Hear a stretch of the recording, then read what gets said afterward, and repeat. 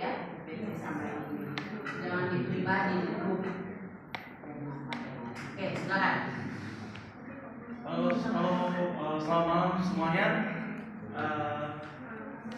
Kami dari kelompok 5 akan mempresentasikan tentang perencanaan layout tentang Starbucks.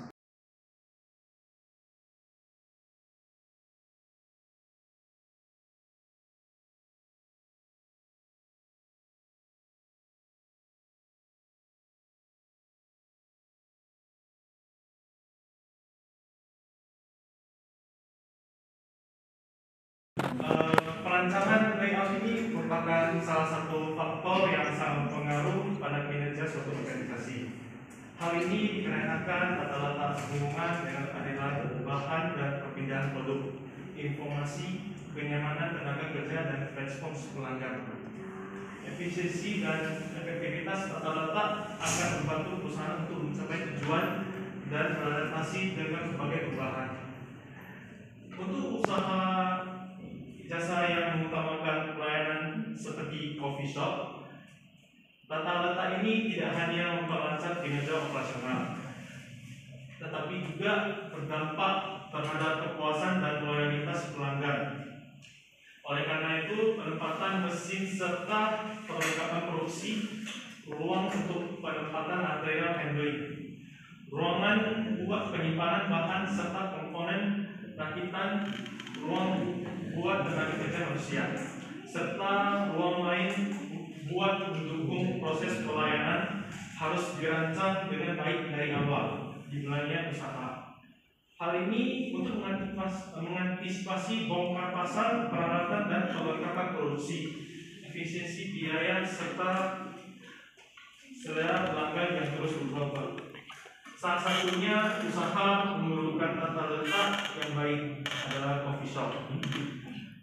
Konsumen yang berkunjung ke coffee shop ini bukan hanya untuk menikmati makanan dan minuman yang disajikan, tetapi menikmati suasana yang ada di kafe tersebut.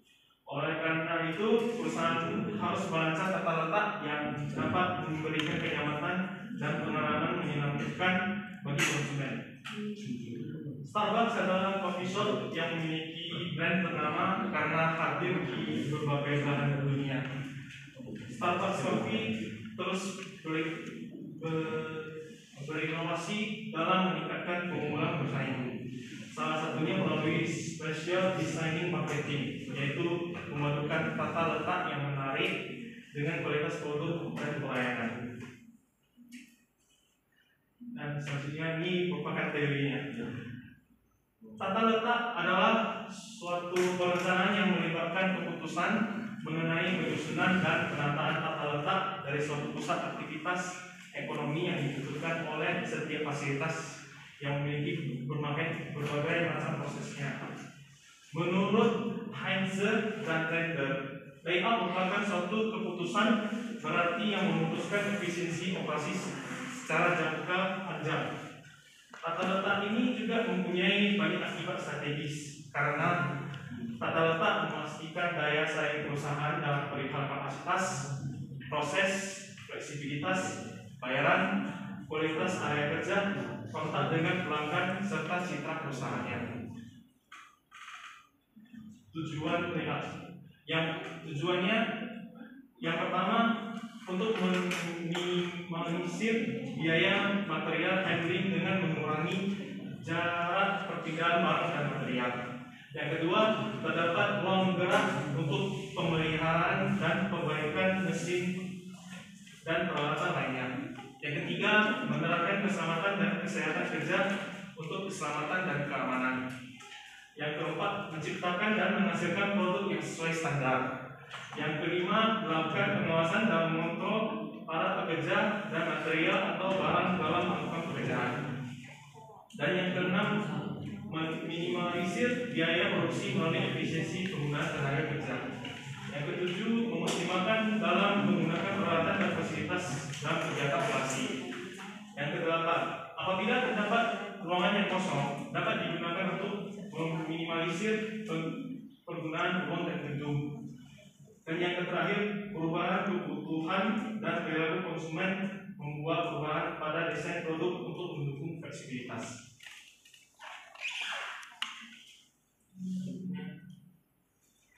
Akan dijelaskan oleh Jason. Untuk mengenal layout itu kita dikatakan kalau secara spesifik itu tentang fasilitasnya yang baik dapat memberikan manfaat dalam sistem produksi, yaitu meningkatkan hasil jumlah produksi, mengurangi waktu, minim pemakaian keuangan, dan juga dapat meningkatkan kepuasan peserta keuangan kerja. Lalu untuk tipe layout ini menurut Heiser, Render, Nusron terdapat beberapa jenis. Itu yang pertama itu ada tata letak kantor atau office layout. Itu mereka dia dapat menentukan lokasi bekerja, peralatan kerja, dan juga dia dapat ruang kerja dapat digunakan sebagai beberapa informasi. Nah, tata letak kantor ini juga dapat dikatakan untuk digunakan sebagai tujuan untuk membuat kenyamanan bekerja agar melihat keamanan dan agar bisa berkomunikasi. Jadi misalnya ada di bagian marketing ada masing-masing ada perannya masing-masing. Jadi tidak ada mereka campur tangan. Jadi punya tata letaknya masing-masing. Lalu yang kedua itu tata letak toko eceran atau retail layout. Dia itu mengalokasikan uang display dan tanggapan untuk kepuasan pelanggan. Seperti kalau misalnya di warung-warung, dia itu kan pastinya mempunyai cara untuk agar biasa pelanggan puas dapat menarik pelanggan. Jadi dia punya tata letak dari toko eceran retail. Lalu yang ketiga itu toko letak gudang atau warehouse layout. Itu dia dapat menentukan uang penyimpanan. Jadi dia bisa tujuannya untuk minim barang-barang yang tidak diperlukan dan barang-barang yang dibutuhkan agar semakin lebih minimalis. Lalu yang keempat itu dia tata letak posisi tetap atau fixed position yang biasanya kalau misalnya kayak gedung-gedung atau bangunan-bangunan atau barang-barang yang besar itu yang menjadi fix tata letak. Lalu yang kelima itu tata letak orientasi proses atau proses oriented layout. Itu yang berurusan dengan produksi yang dengan bervolume rendah dan bervariasi tinggi. Tata orientasi proses itu dia lebih ke penanganan konsumsi bahan dan jasa secara bersamaan. Jadi seperti orang-orang menangani para pelanggan yang mempunyai berbagai macam masalah sehingga mempunyai tempat atau yang sudah ditentukan. Lalu yang keenam itu dia tata letak sumber daya lingkungan yang pastinya sesuai dengan lingkungannya, lingkungan peralatannya dari produksi, produk dan kebutuhan kelompok. Lalu yang ketujuh itu ada tata letak orientasi produk yang untuk mencari penggunaan tenaga dan mesin terbaik dalam produksi berulang atau berkelanjutan. Jadi dia orientasi produk itu dia dua bentuk. Yang pertama itu lini fabrikasi dan lini perakitan. Jadi kalau lini fabrikasi itu dari bahan mentah menjadi berubah menjadi komponen, jadi masih bahan setengah. Kalau lini perakitan dia lebih merakit dari setengah menjadi bahan akhir. Lalu tata letak yang baik ada beberapa hal. Yang pertama, peralatan dan penanganan bahan atau material, kebutuhan kapasitas dan uang. Jadi kalau kapasitasnya terbatas, jadi bisa diatur untuk disesuaikan sesuai dengan kapasitas dari uang tersebut. Lalu lingkungan dan keindahannya, mengenai tempat jendela, kantor, fasilitas sesuai dengan ketenangan dan lokasi dari uang tersebut. Lalu aliran informasi, yaitu komunikasi tidak merupakan hal penting dalam suatu perusahaan atau juga di organisasi. Untuk menurut Krajewski et al. Terdapat 4 tata letak. Yang pertama itu tata letak aliran fleksibel atau flexible flow. Itu digunakan oleh organisasi yang berhubungan langsung dengan pelanggan, front office dan job proses dengan aliran kerja beragam. Lalu yang kedua itu dia tata letak yang ini seperti yang tadi tata letak ini yang fabrikasi dan ini perakitan. Letak pada fabrikasi dan proses ini yang memiliki aliran kerja linear dan tugas yang berulang-ulang. Nah, kalau tata letak campuran ini tata letak yang digunakan di fasilitas operasi manufaktur dan perakitan. Jadi ini fabrikasi dan ini beroperasikan itu digabung menjadi satu. Jadi menggunakan beberapa satuan. Lalu tata letak posisi tetap yang digunakan untuk manufaktur dan jasa dengan lokasi tetap, sementara karyawan dan peralatan didatakan ke lokasi tersebut. Jadi digunakan untuk produk yang sulit dibawa seperti gedung, otomotif, bendungan dan sebagainya. Selanjutnya kita akan masuk ke dalam pembahasan. Yang pertama mengenai identitas usaha. Starbucks Corporation adalah sebuah perusahaan kopi dan jaringan kedai kopi global asal Amerika Serikat yang berkantor pusat di Seattle, Washington. Berikut ini ada cabang-cabang dari Starbucks udah di berbagai dunia.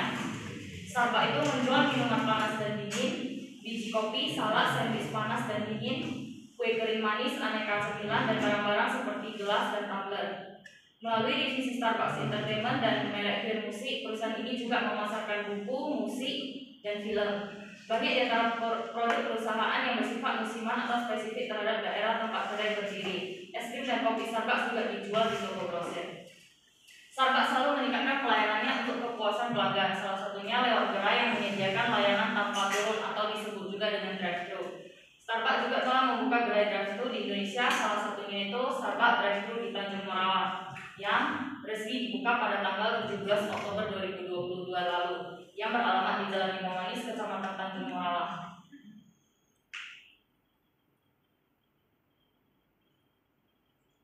Ini berikut layout Starbucks drive-thru di Tanjung Morawa. Di sini itu ada jalan besar, di belakang juga jalan besar, jadi letaknya itu cukup strategis. Baru di sini ada pintu utama, di sini kayak biasa tempat untuk nongkrong atau duduk santai.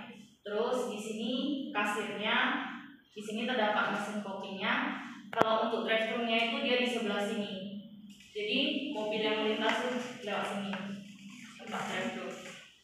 Terus di sini ada jual merchandise juga seperti tumbler, cangkir dan lain sebagainya. Ini area outdoor, biasanya yang untuk rokok dan lain sebagainya, mau santai di luar. Di sini ada toilet dan ini ada ruang karyawan, biasanya tempat istirahat untuk para karyawan.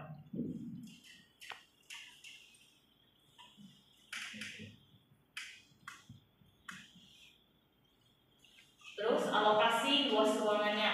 Ruangan di Starbucks Coffee Drive-thru Tanjung Morawa itu terdiri dari dua bagian kelompok utama, yaitu ruangan indoor yang digunakan untuk kegiatan memesan produk dan tempat duduk pelanggan, serta ruangan outdoor tadi, yaitu tempat khusus pelanggan yang ingin duduk di luar. Kelompok ruangan tersebut harus saling mendukung dan memiliki keterkaitan dengan fungsi masing-masing kelompok ruangan. Oleh sebab itu, masing-masing fasilitas harus disusun menurut alur kegiatan aktivitas kerja dan juga kenyamanan pelanggan. Penataan produk-produk yang ditawarkan oleh Starbucks Coffee Drive-thru Tanjung Morawa beragam, tidak hanya menawarkan bermacam-macam jenis kopi Starbucks, juga menawarkan beberapa produk yang terdapat pada rak merchandise, yaitu ada botol minum atau tumbler, tempat makan, dan bubuk kopi dalam kemasan, serta tersedia pastry area yang menyediakan dessert seperti cake dan kue kering yang terletak pada samping kasir. Perlengkapan berdasarkan hasil observasi yang telah dilakukan oleh peneliti dapat dilihat bahwa perlengkapan yang ada di Starbucks Coffee Drive-thru Tanjung Morawa sudah cukup lengkap. Adapun fasilitas ini terdiri dari perabotan ruangan seperti meja dan kursi yang digunakan oleh konsumen, rak merchandise, pastry area, meja kasir, area untuk drive-thru, peralatan pembuatan minuman dan mesin. Jadi kesimpulan yang bisa kita ambil yaitu berdasarkan pengamatan kami tentang strategi tata letak atau layout pada coffee shop Starbucks drive-thru yang ada di Tanjung Morawa, dapat disimpulkan bahwa tata letak yang digunakan oleh Starbucks tersebut sudah cukup bagus dalam meningkatkan kualitas dan kepuasan konsumennya. Tata letak yang dibuat cukup nyaman yaitu jalan untuk konsumen yang drive-thru lebih luas. Perabotan atau fasilitas yang tersedia cukup lengkap, seperti meja dan kursi pada area indoor maupun outdoor, lingkungan dan keindahan seperti air conditioner pada ruangan indoor dan taman kecil. Selain itu, lokasi dari Starbucks Coffee ini cukup strategis, bersebelahan dengan supermarket dan juga toko roti. Jadi banyak pelanggan yang datang sehingga konsumen yang berbelanja di sana itu dapat singgah. Sekian dari presentasi kami hari ini. Kita akan membuka sesi pertanyaan. Ada yang bertanya?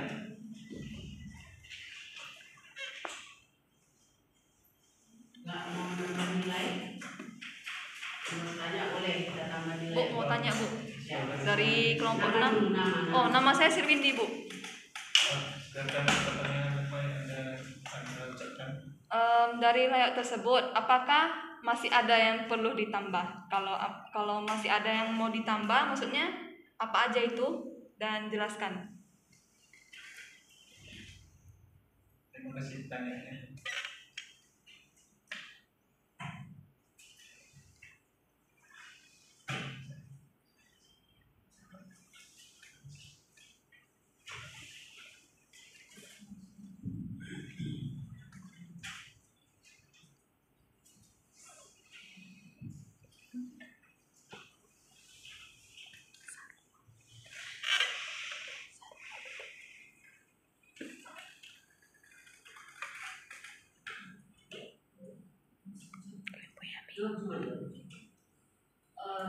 Menurut kelompok kami layout yang tadi dibuat oleh Starbucks itu udah cukup bagus, tidak perlu ada penambahan. Kalau ada pun kan kita harus izin dari Starbucks yang utamanya. Jadi untuk kami sih tidak begitu bagus. Oke, baik, terima kasih. Ada yang lain?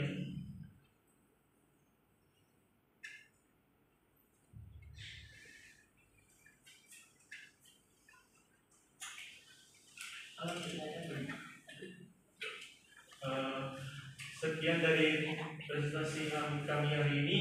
Terima kasih.